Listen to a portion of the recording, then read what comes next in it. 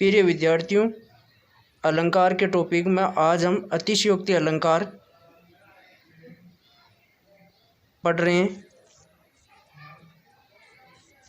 जिनकी परिभाषा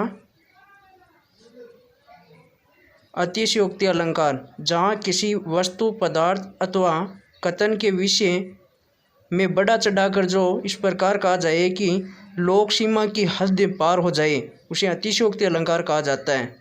मतलब होता है कि किसी बात को बढ़ा चढ़ाकर हम कहते हैं तो उसे अतिशयोक्ति अलंकार कहते हैं। तो कोई भी बात हो, कोई भी वाक्य हो, कोई भी पंक्ति हो, उस पंक्ति में क्या होता है कि जब वाक्य होता है उस वाक्य को हम बढ़ा चढ़ाकर लिखते हैं। बात छोटी होती है लेकिन इसको बढ़ा चढ़ाकर जितना लिखा जाता है उतना जितनी होती नहीं है, लेकिन उसको बढ़ा चढ़ाकर लिख देते हैं तो वहाँ पर अतिशयोक्ति अलंकार हो जाता है। तो अतिशयोक्ति अलंकार की ये परिभाषा है कि किसी भी वस्तु, पदार्थ अथवा कथन के विषय में जब बढ़ा चढ़ाकर लिखा जाए या कहा जाए जो लोक सीमा को भी पार कर जाए तो उसे अतिशयोक्ति अलंकार कहा जाता है। अब है उदाहरण अतिशयोक्ति अलंकार का। पहला उदाहरण है, आगे नदियाँ पड़ी अपार, घोड़ा कैसे उतरे पार, राणा ने सोचा इस पार, तब तक चेतक था उस पार। यानी इस उदाहरण में जो चेतक है वो राणा की सोच से भी तेज था। यहाँ अतिशयोक्ति अलंकार होगा क्योंकि राणा ने सोचा ही था, उससे पहले ही घोड़ा है वो नदी पार कर गया था। तो अतिशयोक्ति अलंकार इसलिए होगा कि इसमें बड़ा चढ़ाकर बात कही गई है। दूसरा है, हनुमान की पूंछ में लगन न पाई आग, लंका सारी जल गई, निशाचर भाग गए। यानी हनुमान की जो पूंछ है उसमें आग लगने से पहले ही सारी लंका जल गई और जितने भी राक्षस थे वो भागे। तो इनका कहने का मतलब है कि इसमें बात को बढ़ा चढ़ाकर लिखी गई है, इसीलिए इसमें अतिशयोक्ति अलंकार होगा। तीसरा उदाहरण है, मैं तो राम विरह की मारी, मैं तो राम विरह की मारी, मोरी मुंदरी हो गई कंगना। यानी इसमें राम के वियोग में सीता की अंगूठी वो कंगन के समान हो गई।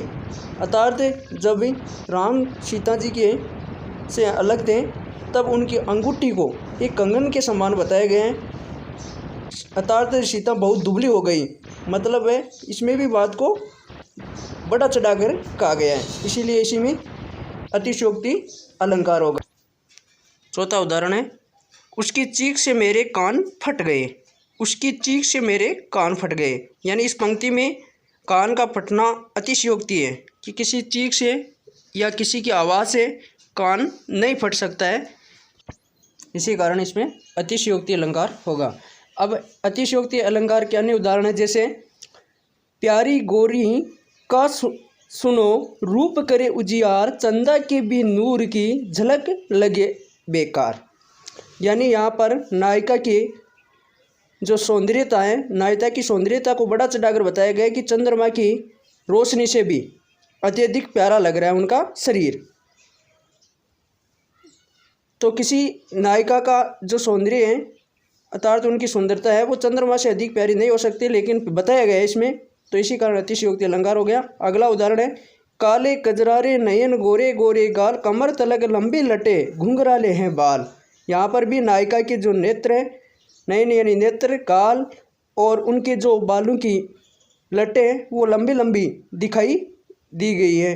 अर्थात यहाँ पर बढ़ा चढ़ा करके उनकी सौंदर्यता का उल्लेख किया गया है, तो इसमें भी अतिशयोक्ति अलंकार हो गया। अगला है, नागिन जैसी कमर जब सुनो हिलोरो खाए, दीवानों के दिलों पे बिजली सी गिर जाए। यहाँ पर नायिका की जो कमर इस प्रकार से हिल रही है जिस पर जैसे कि उनको देख करके बिजली गिर जाती हो। जो दीवाने होते हैं उनके हृदयों में, उनके दिलों में बिजली गिर जाती हो, ऐसे उनके भावना पनप रही है, तो इसी कारण इसमें अतिशयोक्ति अलंकार हो गया। लब थिरके मद से भरे मद मद मुस्काए, इस खुसर से मिलन हिते आतुर पड़े दिखाए। यहाँ पर भी जो नायिका है और नायिका की जो मुस्कान को देख करके जो प्रेम करने वाले उनको उनकी जो सौंदर्यता है वो अत्यधिक बढ़ा चढ़ा करके बताई गई है नायिका की उनके दिलों में।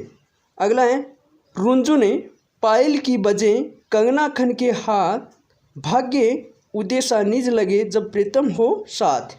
इसमें भी नायिका की जो पायल और उनके जो कंगने, उनकी आवाज़ अत्यधिक सुनाई देती है, और जब सुनाई देती है जब उनके प्रीतम यानी उनके पति या उनके प्रियतम जब उनके साथ होते हैं, तो इसमें भी बढ़ा चढ़ाकर की बात बताई गई है। इसी कारण अतिशयोक्ति अलंकार होगा।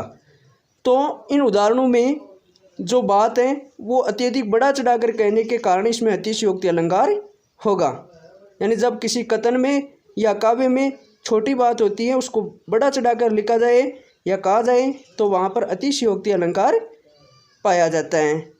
तो ये थे अतिशयोक्ति अलंकार के उदाहरण।